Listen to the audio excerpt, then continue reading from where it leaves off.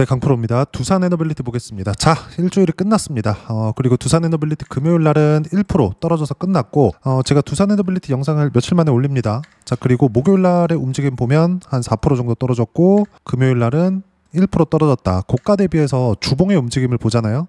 일주일 동안 움직임 고가 20% 찍었고요. 그리고 97,000원대 거의 10만 원을 위협하는 정도까지 올라갔다가 종가를 보면 88,800원이니까 거의 뭐 등락폭이 조금 컸다. 근데 이 고가 구간에서 등락하는 이 상황에서는요, 이런 변동성은 항상 있습니다. 그리고 두산 에너빌리티가 어디까지 올라가느냐, 제가 가이드를 드렸죠. 그 가이드는 계속 말씀드린 내용하고 동일해요. 미래 가치가 좋아졌을 때, 실적이 좋아져서 올라가는 게 아니다. 이 두 가지 내용만 확실하게 인지하고 있어도 주식시장에서 뭐 크게 당하는 일은 없을 겁니다. 그리고 무엇보다 가장 어려운 게 고가에서 물린 거, 그래, 이게 될 수도 있겠지. 근데 더 중요한 건 저가에서 사지 않는 겁니다. 이게 장기간 차트를 보면 여기 24년도에도 신고가 만들었고요. 25년도에도 신고가 만들었고, 그리고 6월 달부터 고가 확 쳐버리면서 높여가기 시작했는데, 이때 당시에는 미국 모멘텀이 작용을 했을 때입니다. 근데 그 전에도 신고가에 대한 도전은 계속해서 있었죠.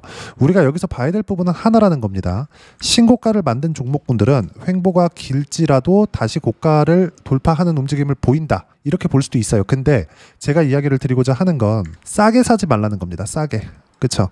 예를 들어서 그래요. 에코프로. 자, 에코프로가 최근에 반등을 했어요. 근데 바닥부터 올라온 거 10월 달부터 치기 시작했잖아요. 10월 달부터 에코프로의 반등폭을 보면 4만 원대부터 거의 한 10만 원대, 100% 이상의 상승세를 만들어냈습니다. 근데 이걸 보자고요. 100% 이상의 상승세를 만들어냈지만 늦게 신고가를 만드니까 두산 에너빌리티랑 비교했을 때 어떻습니까? 상승폭 측면에서도 대략 한 5월달 이후의 움직임을 보면 상승폭도 적고 조정폭은 오히려 더 크죠. 그쵸? 두산 에너빌리티 내가 만약에 97,400원에 딱 맞춰서 샀다, 이러면 내가 한 10% 정도 손해를 보고 있으니까 손실을 많이 보고 있다, 이렇게 보실 수도 있을 것 같은데, 두산 에너빌리티는 실제 고가부터 조금 떨어지기는 했지만 추세를 훼손할 수 있는 정도의 상황이 나온 것은 아닙니다. 무슨 이야기냐?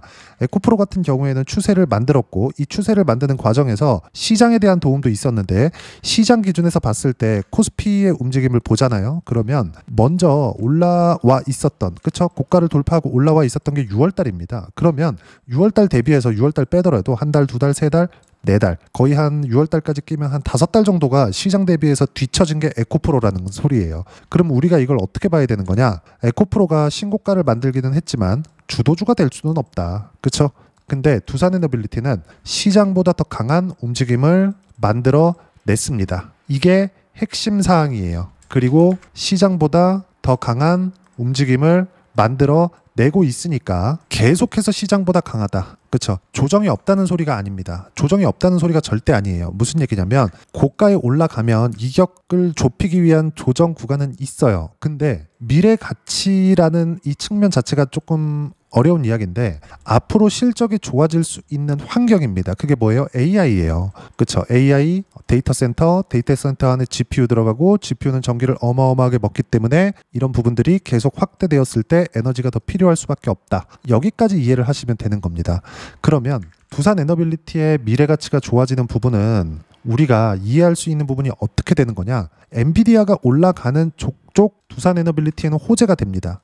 근데 예를 들어서 미국 시장의 움직임 제가 간단하게 보고 비교해가면서 이야기를 드리면, 뉴스케일 파워의 주가예요. 뉴스케일 파워의 주가 보면 최근에 57달러 찍고, 저가를 보니까 34달러 찍고 막 난리를 치고 있죠. 근데 이럴 수밖에 없는 게 24년도에 2달러도 안 되던 가격대에서 지금 얼마예요? 43달러입니다. 많이 올랐어요. 근데 아직까지 실적이 안 나오고 있기 때문에 여기서 추세를 만들고 있는 겁니다. 지켜주고 있는 거예요, 가격대를.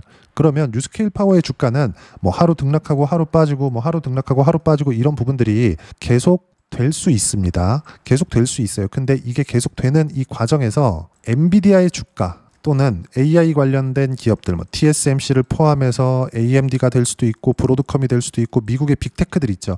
이런 기업들의 주가가 계속해서 우상향을 하고 있습니다. 예를 들어서 엔비디아의 주가는 중간중간 조정 구간이 있었음에도 불구하고 고가는 계속해서 높여지고 있죠. 우리가 이걸 이해를 하자는 거예요.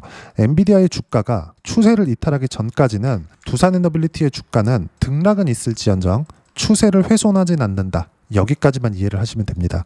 그러면 두산 에너빌리티를 최소한 내가 정확하게 고가에 팔 수는 없습니다. 이건 누구도 못해요. 어떻게 하다가 딱 팔았는데 쭉 빠진다? 그러면 운이 좋은 거예요. 무슨 이야기냐면 두산 에너빌리티가 올라가는 이 과정에서 실적보다 가격이 먼저 올라갔기 때문에 가격 부담이 있는 것은 사실이지만 이 가격 부담은 이격 조정으로 해소를 하고 미래 가치가 지속적으로 좋아지는 일종의 청사진 같은 건 미국에서 만들어준다는 겁니다. 근데 그 미국 같은 경우에도 두산 에너빌리티도 실적보다 먼저 올라가니까 선반영되는 거죠.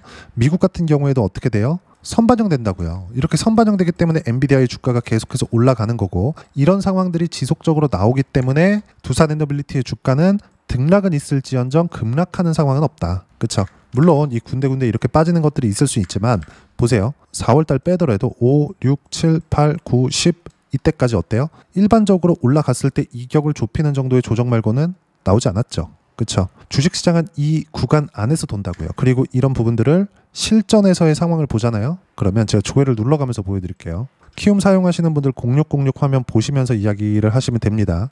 자, 내용 보시면 어때요? 신고가 이후에 확인하고 매수 구간을 잡았고 돌파하는 구간에서 수익 구간 크게 발생하죠.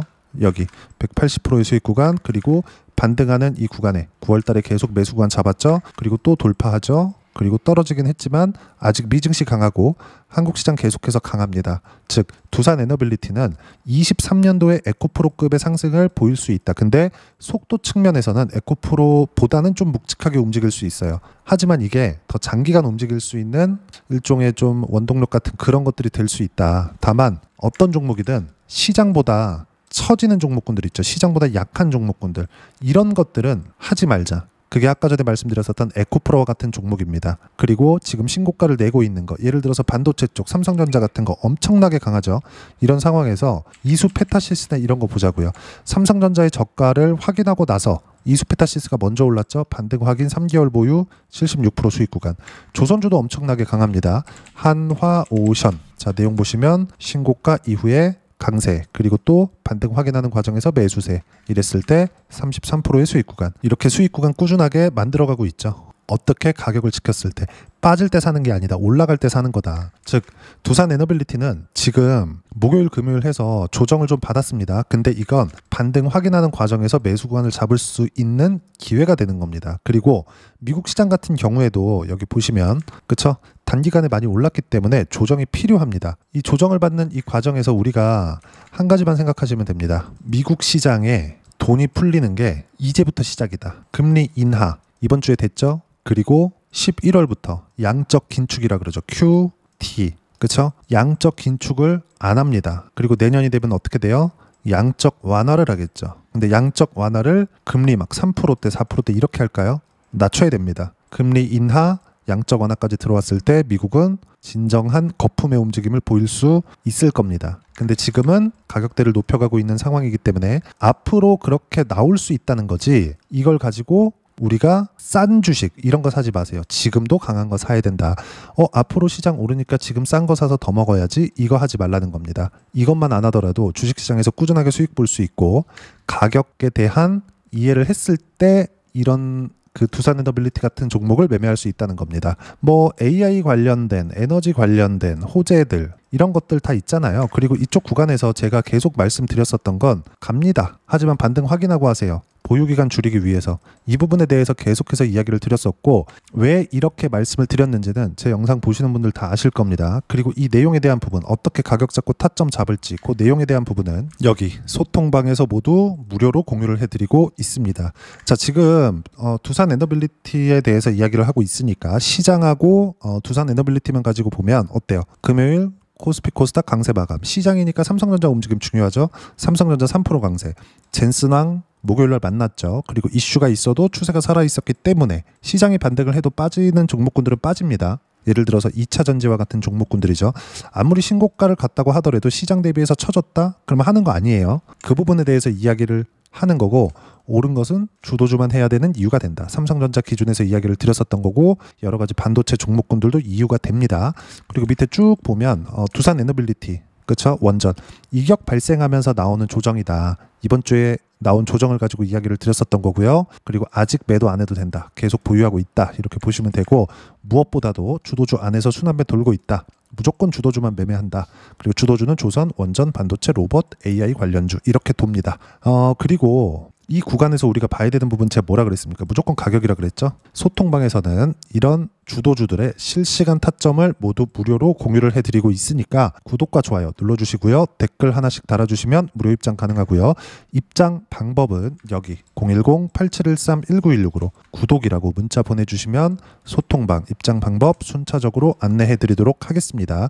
자, 그러면 소통방에서 진행하는 내용 똑같이 따라서 매매를 했을 때 어느 정도까지 수익 구간을 만들어낼 수 있는지 그 부분은요. 여기 실전에서의 상황을 보면 되겠죠. 아까 전에도 보여드렸는데 하나오션 같은 거 보세요.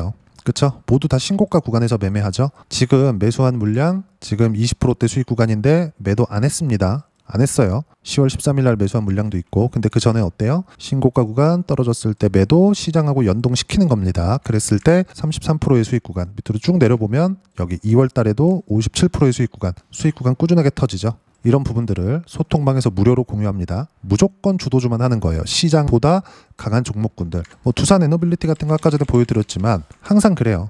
신고가 계속 가죠.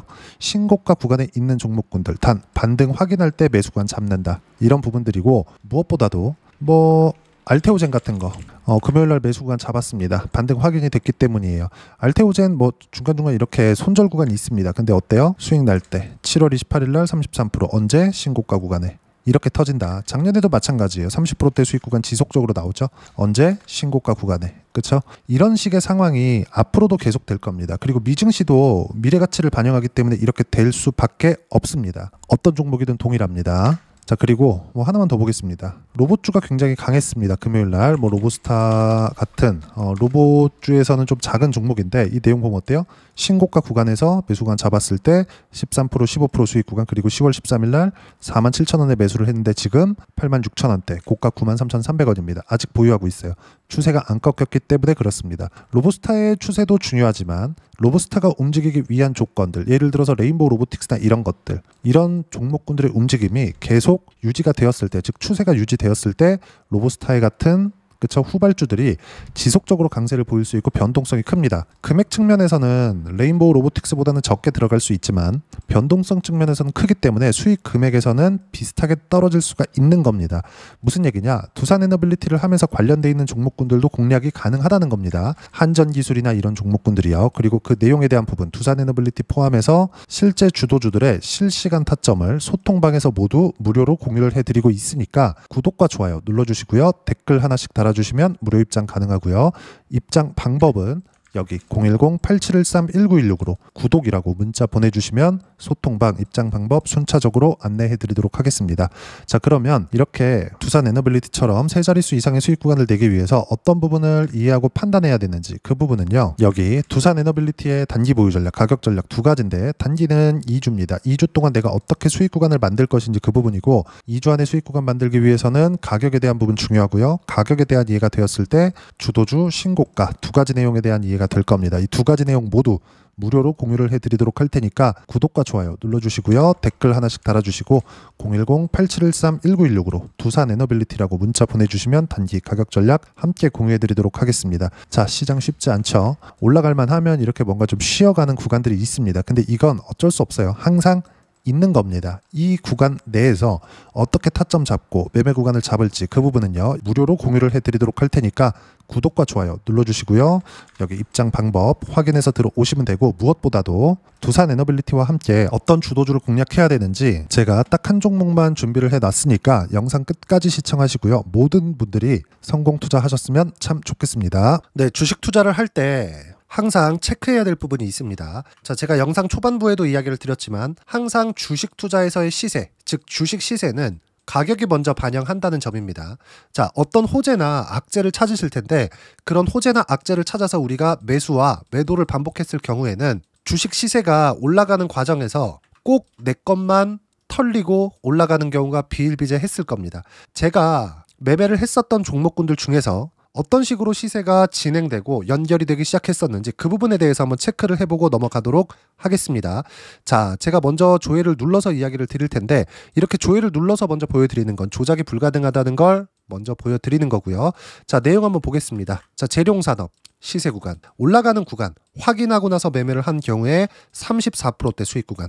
자, 다음 종목 한번 보겠습니다. 한화오션 신고가 이후에 다시 상승하는 구간, 그리고 수익 구간은 57%까지 늘어나는 부분이 있습니다. 공통점이 있다는 겁니다. 먼저 돌려보면서 이야기를 드리도록 할게요. ABL 바이오. 자, 이것조차도 마찬가지죠. 시세 이후에 다시 큰 폭의 급등 구간, 그리고 76%까지 시세 구간이 발생했다는 점. 어떤 종목이든 가격대가 올라가는 부분이 먼저 나왔다는 게 핵심 포인트예요. 자, 다음 종목 보겠습니다. 자, 자람 테크놀로지입니다. 어떻습니까? 이것조차도 마찬가지죠. 74.8%의 수익 구간을 냈는데 단 3일 걸렸습니다. 시세가 나왔었던 구간은 동일하게 신고가 이후에 발생했다는 점. 그리고 마지막으로 두산에너빌리티. 두산에너빌리티도 계속해서 상승 구간을 만들어가고 있지만 당연히 신고가 이후에 시세가 나오고 있다는 점. 호재나 악재 때문에 이 내용으로 인해서 주가가 올라가는 것은 맞지만 어디든 간에 가격이 먼저 반영하는, 즉 신고가 구간 이후에 50%, 60%, 70%대 수익 구간이 나올 수 있다는 점. 자, 우리가 세력들도 아닌데 계속해서 시장을 추적 관찰할 수 없겠죠. 가장 효율적으로 볼 수 있는 방법에 대해서, 그리고 거기에 맞는 종목을 딱 한 종목만 준비를 해왔습니다.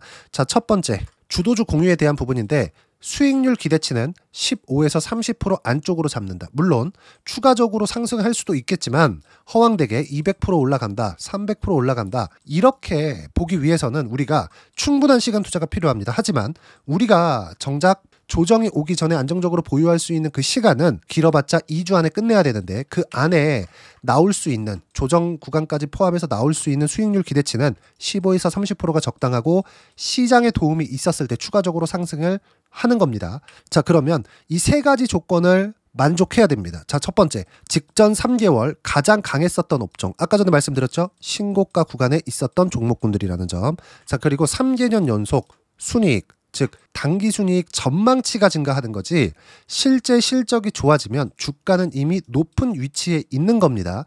단순히 가격이 올라갔다고 해서 높은 위치에 있다는 게 아닙니다. 무슨 얘기냐? 실적이 올라간 만큼 주가가 그만큼 올라와 있다면 그건 비싼 주식이 되겠죠. 앞으로 나올 수 있는 예상치에 대한 실적보다 주가가 더 낮은 위치에 있어야 돼요. 하지만 가격이 올라가는 건 다른 거다. 그래서 전망치가 증가한 종목을 찾자.